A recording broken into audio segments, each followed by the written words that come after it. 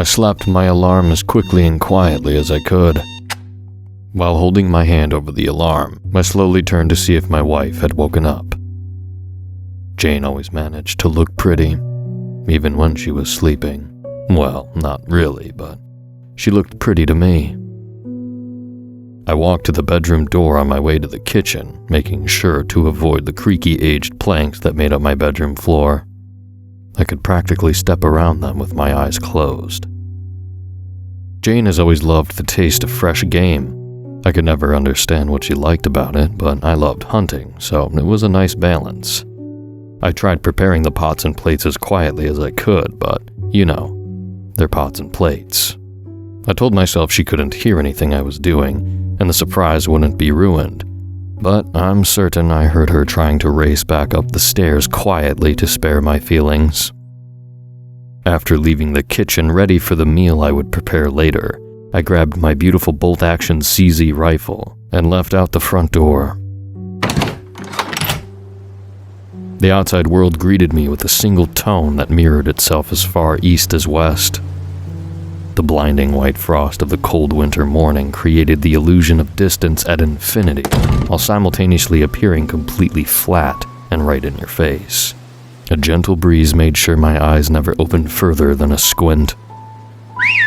I whistled at my lazy mutt, and he poked his head out of his luxurious heated doghouse. I lowered my fist to Bartleby as he used my knuckles to give himself a nice shiatsu head massage. I tucked my hand back into my pockets after the cold strips what little heat I had left. Bartleby bites at my hand, annoyed that I put it away.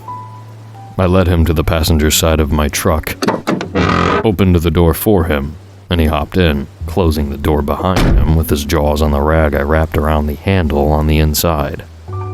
I walked over to the driver's side, and just before I ducked into the seat, I looked up to see her smiling at me from the second-floor window.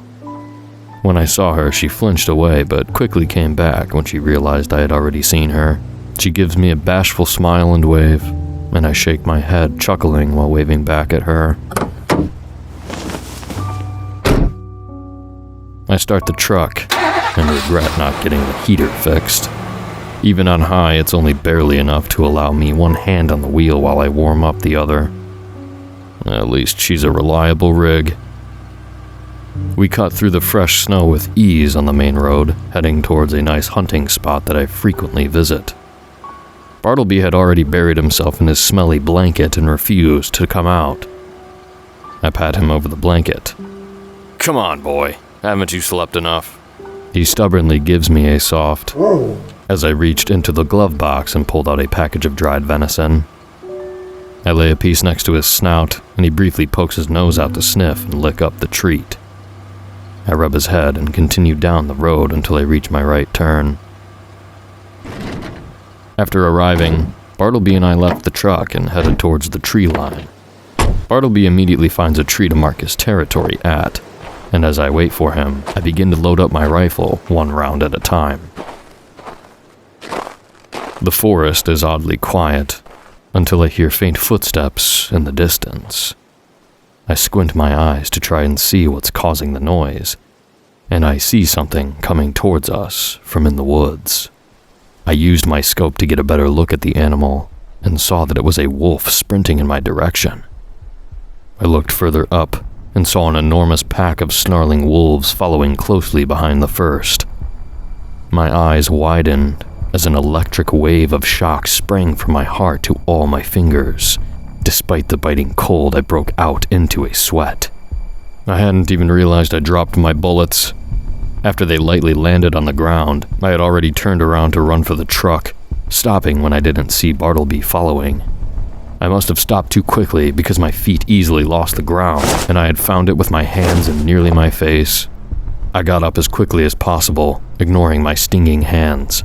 I ran back to Bartleby with the stampede of menacing black fur and white hungry teeth in the background, growing in size with each passing moment. You don't realize how large a wolf really is until you see one with your own eyes. As soon as I could reach him, I grabbed his collar and yanked. He got the message and began following. We weren't far from the truck, but the wolves also weren't far from us. Their paws were dreadfully audible now, and as I ran, I couldn't tell if the panting directly by me was my own dog or a wild wolf. I must have been panicking too much, because after I reached the truck, I ended up on my ass again. "Damn it!" I exclaimed as I missed the handle by mere inches. I looked up and it was too late. There was no time to make it back in the truck. Bartleby stood over me like a lion. He braced for the gnashing jaws of fierce wolves, but the impact never hit. The wolves ran over Bartleby and I as if we weren't even there. They completely ignored us and continued running as a pack, as if they were caught up in a blazing forest fire and had made a temporary alliance with all life in the forest to just escape. I watched them cross the main road I had turned on. Their large frames shrunk to nothing in the vast empty canvas that blurred the lines between heaven and earth. The only discernible point of reference was the sun, faded behind clouds with no depth or shadow. I sat there in silence for a moment, trying to calm my breath. Maybe the trees absorbed the wind. Maybe the snow muted the ambience, but after the storm of wolves passed by, the silence of the forest was unnerving. Still sitting on the ground, I laughed to myself in terror as Bartleby licked my face trying to comfort me. I gave him my knuckles and he scratched his head with them. Returning to where I dropped the bullets, I noticed that the divide between the forest and the rest of the world suddenly seemed greater. I stood before the border of two worlds, and I willingly stepped into one where I didn't belong.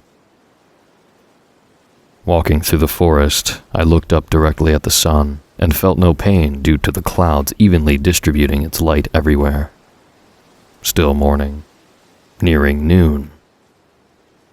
Bartleby found a scent, and I followed him. Eventually the scent became a small trail of blood. It wasn't too unusual, but what I saw in the distance was. I jogged ahead of Bartleby because he was still just focused on the trail in front of him. I saw something in the trees. My gaze grew more intense with every step, as a clearer picture revealed itself to be another wolf, hanging upright on a tree branch with its innards on display like some sick mad scientist dissection experiment. Its skin was stretched out and pinned to the tree branches as if someone were leaving an animal's skin out to dry in the sun. The corpse was still purging its scarlet fluids onto the massive blotch of foul black dyed snow below. My brow furrowed, and my face turned to a scowl of confusion and disgust. The pure white snow around the gory scene only made the color seem more vibrant and clear. What the hell could have done this? Now I know why those wolves went past us like that. Out of all my time living here and being out in these woods, I had never heard of or seen anything like this. Bartleby backed up with his tail between his legs. I looked around some more and noticed the surrounding trees all had unrecognizable symbols roughly carved into them. I didn't know what to make of what I was seeing. It was simply strange and disturbing, to say the least. Finally, we had arrived at my little tree blind, more of a hunting shelter, or whatever you want to call it. I built her right onto a tall, strong tree. Bartleby jumped into the box I made for him, attached to a rope leading all the way up. I climbed up first using the ladder steps nailed right into the tree, then I pulled the rope to bring Bartleby up with me. The shelter was a small one. Standing upright in it was impossible, and if I laid down on any side with my hands and feet stretched out, I could easily touch each side of the walls. Only one side of the wall had an entire section of wood missing to show the view of the deeper part of the forest. The other walls could only be opened with small hinged hatches acting as windows barely large enough to fit my head. There was a large camo tarp covering the biggest segment of the open wall to keep out the cold.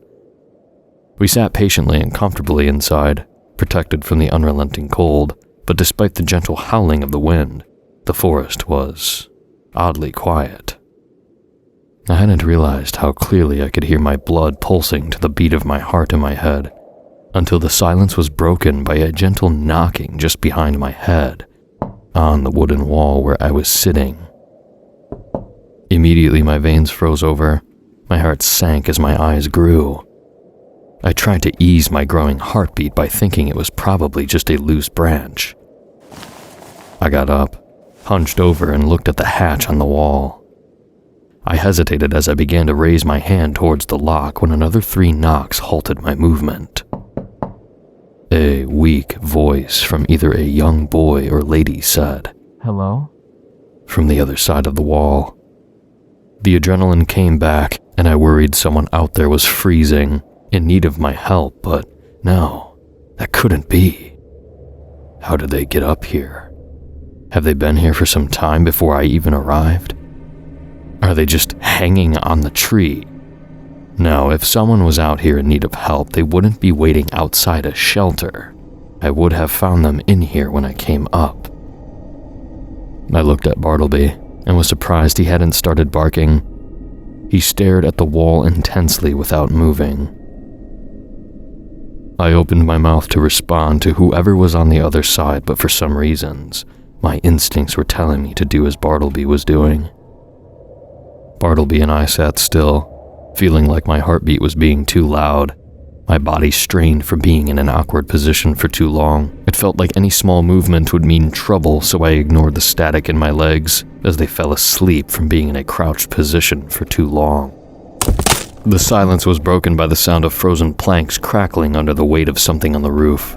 I hadn't sealed the roof as well as the walls, so there were slits where the planks joined. Light weakly pushed through, and whoever was out there began blotting out what little rays of light made it through their limbs. It began with one patch covered as flakes of undisturbed snow fell where pressure was being applied. Then another landed as the first moved away to a new spot.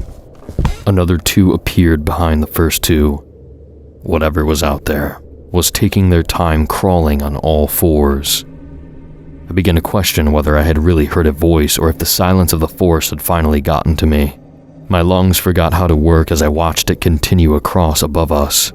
After it reached the edge of the shelter, there was one last creak slightly more audible than the others.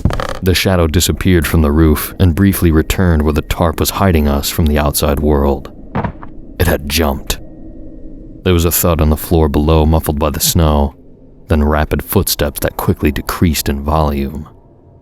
I finally remembered to breathe again and made my way to the tarp. I lifted it and looked out. Bartleby joined me in my search, but we only saw a small patch of upturned snow that broke the wavy frozen white ocean and footsteps leading away from us. I looked around for a while longer before retreating back into the shelter. Bartleby decided to stay and watch for me. I quickly checked the hatch on the side of the wall where the knocking originated. Sticking my head out, I saw nothing unusual. I locked it again and sat back down, still processing the odd occurrence. Had I really heard a voice? A few minutes later, Bartleby began softly barking at me, trying to bring my attention back outside. "What do you see, boy?"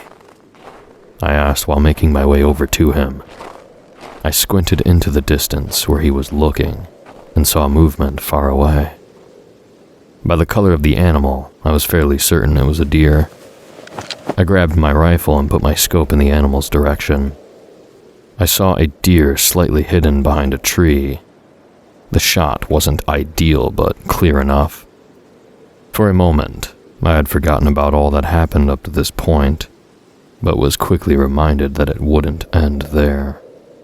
After focusing my sights on the deer, I noticed it wasn't quite standing, but not laying down either, and it was lightly convulsing, momentarily twitching, causing its limp hanging head to rock unsettlingly, as if the bone was disconnected, clung together only by flesh and muscle. The deer appeared to already be damaged. Maybe a wolf got to it before, because part of its coat was hanging off its body, and the fur was dyed red by its own blood. Not too long ago, I had just woken up, well rested and with all of my strength. But this day has worn me down emotionally. My mouth hung suspended in motion to speak, but being unable to find the right words to ask, and no one was even around to hear me. No one was around to hear me. I dropped the scope and looked down at the ground in need of a break from the incomprehensible scene before me. After taking a breath, I decided the deer was sick. I'd hunt it, but only to put it out of its misery. I had no intention of taking that back home with me. I fixed the scope back on the deer, and almost as soon as I did, I jumped when the deer's neck suddenly snapped back in place. Its head turned to aim its eye at me, and it felt for a split second like we had switched roles. Fear manifested as a shiver down my spine, amplifying the winter air around me. I hastily planted the crosshairs on the deer's chest, as if to desperately take back the role of the hunter, and pulled the trigger without focusing my shot. The banging echo of the gun cracked through the forest, bringing it to life only for a moment. In the blink of an eye, a black dot appeared on the deer's chest as the bullet ripped through its body. The deer shook mildly at the bullet's impact, but otherwise stood like a boulder. The wound didn't even bleed. With no other reaction, the deer simply turned its head and ran off. Or at least, it tried to run. I must have severed some sort of nerve, because the deer moved like how my dog would when I would put shoes on his feet. But Bartleby looked cute doing that. This deer was simply uncanny. After the deer was long gone, I wondered if chasing it was a good idea. I didn't even want to touch it before, but my curiosity pushed me forward. Bartleby didn't like the idea, and whimpered as we first followed the footsteps of whatever was knocking on my shelter. I noticed that those footsteps were oddly humanoid. They were in the direction of the deer that I had shot, so I studied them as we went. The walk seemed longer than it should have been. I looked up at the sun. It was just past noon now. I looked around the still forest, half expecting to see more odd symbols etched into the bark. That'd be creepy, I said out loud. Arriving where the deer had been when I shot it, I saw a gruesome scene. Despite the small hole void of blood the bullet had made on the deer's chest, the snow here was nearly completely melted away from the nauseating amounts of blood poured onto it. There was a pile of shredded organs on the floor. Some bones littered the area, and others were still attached to the muscle. There was even a skull there, all belonging to a deer, I assume. Steam rose from the heap of warm deer guts, and I gagged after staring far too long. Questions raced through my mind. I don't know what it was that was pushing me to follow the deer I had shot. Whatever it wasn't common sense. I was stupidly desperate for answers to questions I should have never asked. At this point, snow began to dance down around me from the sky. I had to move quickly before losing the trail. Bartleby loyally but reluctantly followed behind as we walked for nearly an hour in a direction I don't think I've ever walked before. The footsteps were fading as the intensity of the falling snow increased. My vision was obscuring as the snow slowly became a mild blizzard. I saw a large dark spot in the ground ahead of me. After about an hour of walking, the ground rose upwards until it became a hill where I stood. The dark spot eventually revealed itself to be the mouth of a gaping, hungry cave. I was done at that point. I didn't feel it'd be worth it, and I didn't have time to go off on some side quest with my wife waiting at home. It was already late, so I turned to leave. But something had caught me off guard. I turned around to check if what I saw was reality. The footsteps I had been following abruptly ended. I was afraid to acknowledge I'd been tricked. I looked around my surroundings, and where I stood there was a treeless patch growing over and around the cave. I have heard of animals like foxes backtracking to avoid predators, but what kind of animal would use that to catch prey? I looked to Bartleby for answers, and he was focused on the trees behind us. I turned back around and followed his gaze. The blizzard was giving the distance a white tint. Bartleby began growling and barking then. My hair stood on end at the thought of an unseen enemy. I wouldn't have seen it if it hadn't moved. A single hand, with long, slim fingers wrapped around a tree far away, opened like a flower in bloom. The tree was thick, and yet, this thing had half its hand around it. I looked upwards and saw the silhouette of a head. The blizzard blurred its features on the thing, but I had seen enough. I froze. I hoped that what I was seeing was just an illusion brought on by the blur of the blizzard, but I had to make sure. Those few seconds of stillness stretched into hours. I steadied the gun on my shoulder, aiming at the now still figure. I had to know if something was really there. Bartleby had been whimpering, and his cries increased exponentially as I aimed. Just as I fired the bullet, I felt an electric current shock my left leg. I looked down and saw Bartleby biting my leg hard, tugging at me while whimpering like I'd never heard him do before. He threw my shot off, but I caught a glimpse of the figure recoiling as a misty red cloud burst from its shoulder. My eyes returned to the figure, and it was sprinting at me on all fours. This was no illusion. I didn't want to find out what its face looked like, undisturbed by a hazy storm. Bartleby led the way into the cave, and I followed without protest. My footsteps' echo grew as I pushed further into darkness. Eventually, I found a boulder for Bartleby and me to take cover behind. I turned to the entrance and saw the silhouette of the figure pause there, standing on two legs. I aimed my rifle again, and it ducked down, beginning to crawl again. I could no longer see it. All I saw was the bright outside world at the end of the tunnel.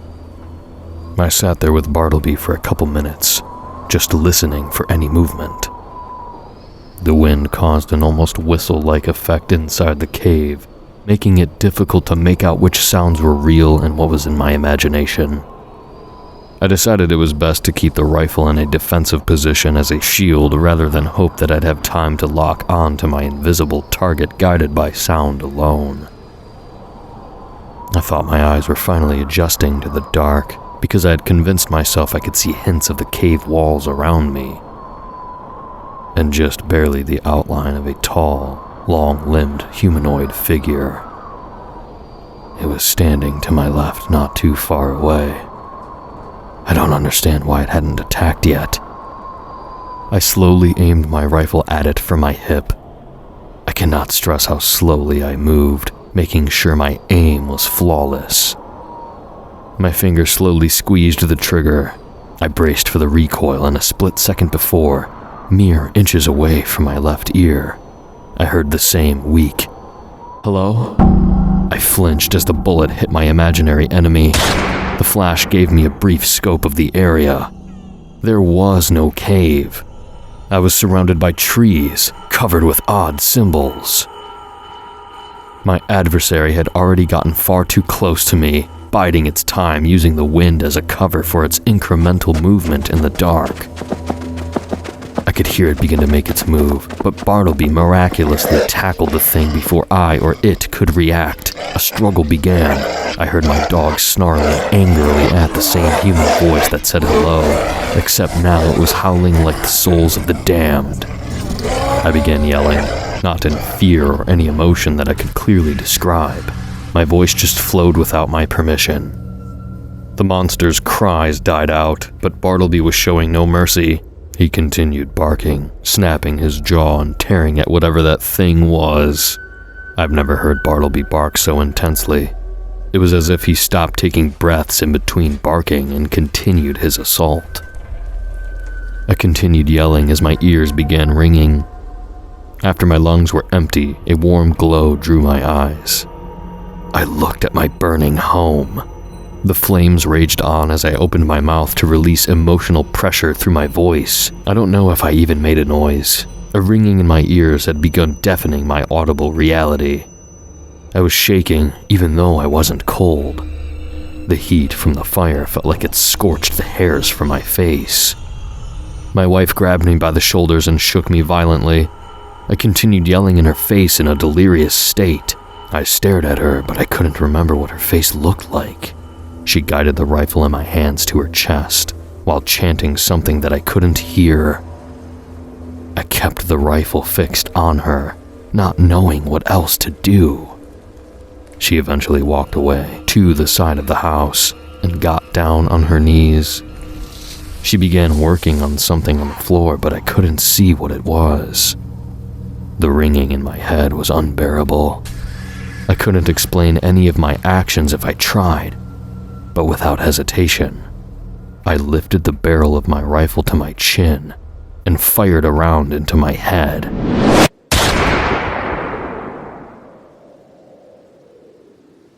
My world flashed, and I was plunged back into the dark reality of my situation.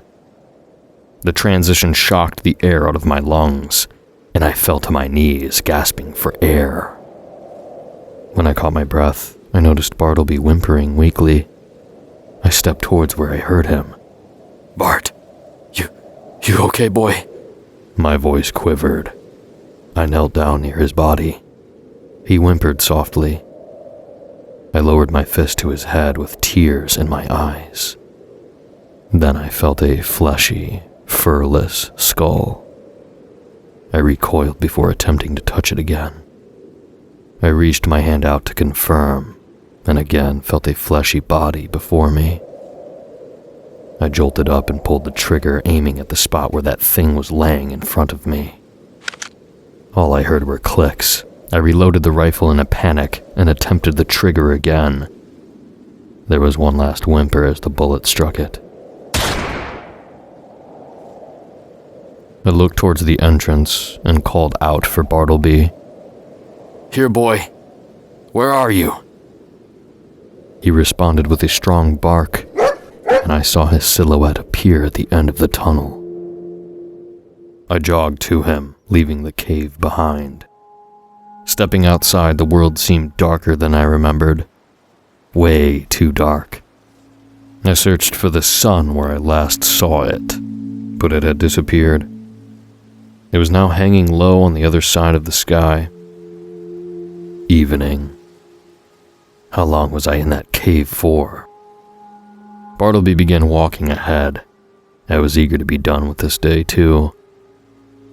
"You leaving without me?" Bartleby stopped and turned his head at me. I stopped approaching him. "What's wrong, Bart?" Bartleby stared at me, and I noticed the wound on his coat. He wasn't in good shape. A piece of his skin hung loosely around the belly area. "Oh, you're hurt." I knelt down next to Bartleby and reached for him to check on his wound, when he barked violently at me and growled. I sprung back up, throwing my hands in the air. "Whoa, hey, Bart. It's okay. It's me, Bart." His growl faded, and he began walking back. I watched him continue for a moment, still a little shocked that he had snapped at me. Eventually, I jogged to catch up to him. I watched him carefully as we walked, and made sure to keep a distance behind him in silence. The sun was about to begin its setting phase, and we began our long walk back to the truck. I went into autopilot, watching the trees go by. We walked past my shelter in the tree, and then the corpse of the gutted wolf, until the sight of my truck in the distance returned my lucidity. My steps began to feel heavier the closer I got to my truck. My body tensed up as I put my hand on the door handle. I just stood there holding the door, long enough to allow the cold metal to hold me back. "Bartleby." I turned to him as I spoke. I peeled my hand from the door and balled it into a fist. Lowering it down to him, I said, "Come here, boy." His eyes stared at me. He stood immobile while my fist hung in the air waiting for reception. Eventually, he slowly walked towards me and licked my fist. I stood there clenching my jaw. My emotions turned to liquid and pushed against my eyes. I slowly pulled my hand back and gripped my rifle tightly. I closed my eyes, forcing tears down my cheek that provided me with brief relief from the cold, but quickly froze over, stinging my face worse than the air ever could. I slowly lowered the barrel to that thing's head, and it immediately zipped away at an astonishing speed. I let out a breath of short-lived relief until it turned left onto the main road in the direction of my home. I dashed to the driver's side and hopped in and drove away recklessly. I sped down the road disregarding the speed limit. With nothing else to do, I tried to comprehend the horrors of this day, but that only left me feeling overwhelmed. I looked to my right at the passenger seat. The sight of the flattened blankets put a pulsing pressure behind my eyes. I lifted them, hoping a stubborn mutt would stick his nose out to greet me. My chest ached, but my body didn't allow me to shed any more tears. I couldn't even moan in pain, only release bursts of pathetic gasping whimpers. Ignoring the roads, I shifted off onto where the grass lay under the snow when I saw my home in the distance. I glided towards my driveway as my car shook and bounced violently, and I nearly crashed had there not been a pile of snow to slow me down. I threw the door open, and as I stood out in the cold of the growing dark, I saw my wife standing in the bedroom window, embraced in darkness. She had one hand raised, waving at me. My muscles went limp, and I shook as the strength of my will bled from my very being. I calmly walked up the steps of my porch and pushed open the door that had already been left half open. It was just as cold inside as it was out. I shut and locked the door behind me and made my way up the steps, making sure to hit every creaky floorboard until I reached my bedroom door. My hands rattled violently as I revealed more of the room while pushing the door open. The thing wearing my wife's skin waited for me to see it adjusting the stolen skin as it slid over its skull like a cheap mask. Gripping the rifle in my shaking hands, I began to raise it to my chin.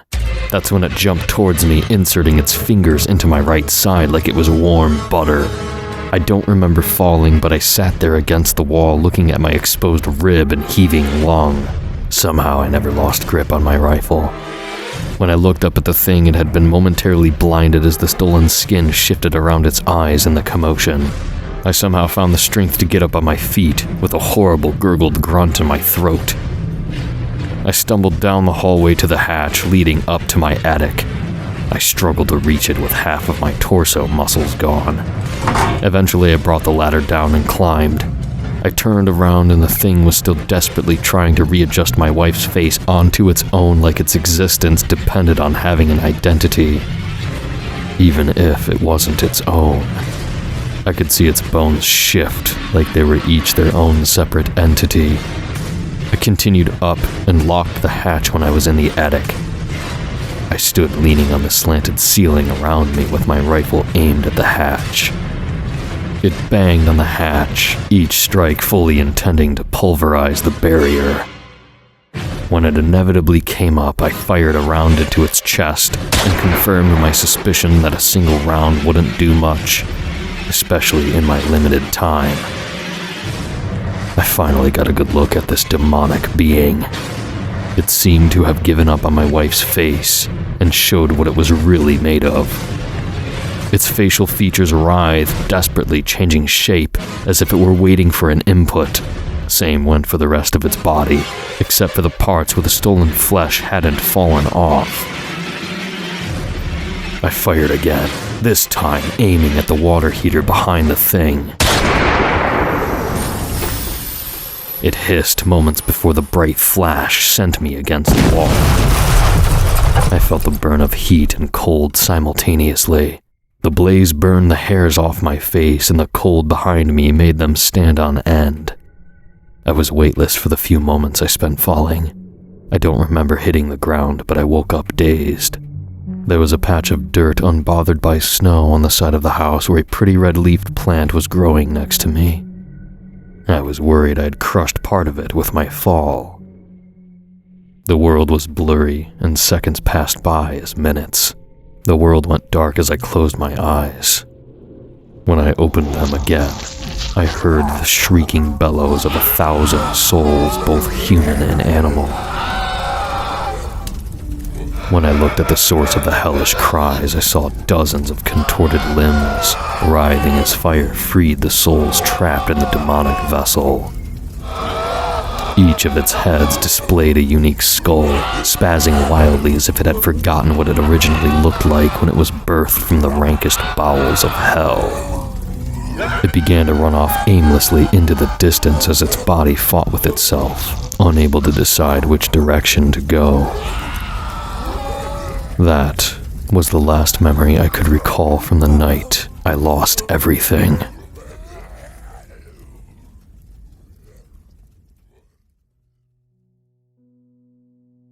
And now I lay staring at a cheap white-tiled roof, hooked up to a machine. I can still feel my leg. The nurses say it's called phantom limb syndrome, and that it should go away, or become mostly undetectable after the first year. I hope to God that whatever that thing was, it died along with my wife and dog. But something tells me it's still out there somewhere. I'm going to have to sell my land to pay for the medical expenses. But I can't ever truly leave until I know it's dead.